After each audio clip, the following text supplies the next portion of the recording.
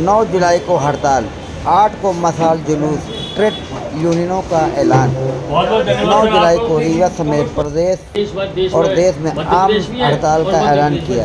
श्रमिक संगठनों और ट्रेड यूनियनों ने इसे ऐतिहासिक हड़ताल बताते हुए 8 सूत्री मांगों को लेकर सरकार पर दबाव बनाने की रणनीति बनाई।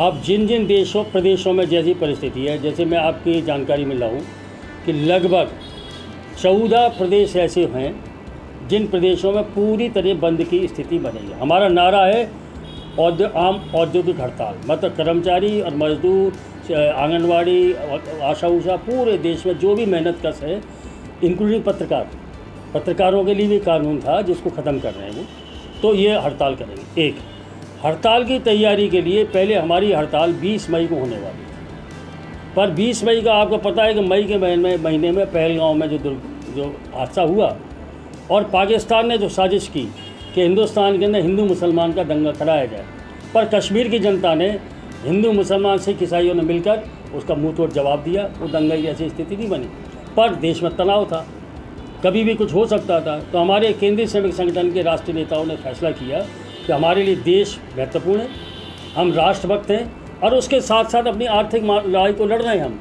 तो हमने ये हड़ताल को मई के महीने से स्थगित करके 9 जुलाई को किया है। तो एक 9 जुलाई को हड़ताल। इस 9 जुलाई की हड़ताल की तैयारी के लिए अलग अलग कारखानों में सभाएँ हो रही हैं, रैलियाँ हो रही हैं, प्रदर्शन हो रहे हैं। और यहाँ भी 8 जुलाई को हड़ताल से पहले पूरे मध्य प्रदेश में हड़ताल से पहले एक दिन, हड़ताल की पूर्व संध्या पर मशाल जुलूस निकाले जाएंगे, यहाँ भी मशाल जुलूस होगा। और हड़ताल के दिन जहाँ जहाँ हड़ताल होगी, और विशेष रूप से आपको खुद दिखेगा कि बैंक और बीमा, बंदरगाह, कोयला, ये जैसे सार्वजनिक क्षेत्र है उनको सरकार निजी कर रही है, तो निजीकरण के खिलाफ वो मैदान में आएंगे। और रीवा के आसपास आप खुद देख पाएंगे कि बैंक बंद रहेंगे, पूरी बीमा बंद रहेगा।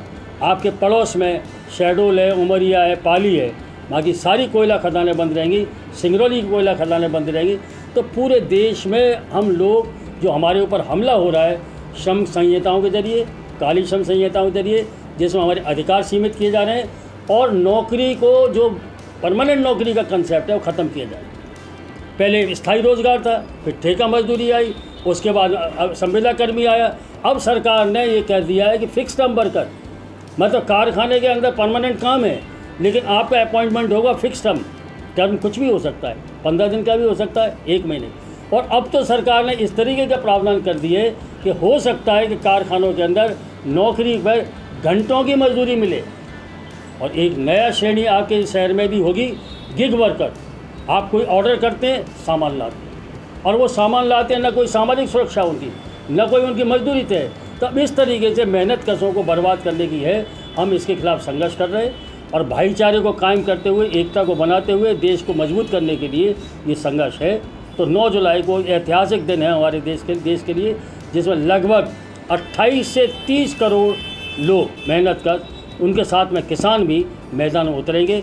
और हिंदुस्तान की आज़ादी के बाद के इतिहास में मुझे लगता है सबसे बड़ा जन आंदोलन होने वाला है। और इसके बाद अगर सरकार ने इस पर पुनर्विचार नहीं किया, तो आने वाले दिनों में इस संघर्ष को और तेज़ करने की हमारी योजना है। पूरा देश भर में, देश में मध्य प्रदेश भी है और मध्य प्रदेश में रीवा भी है, तो देश के साथ रीवा में भी होगा।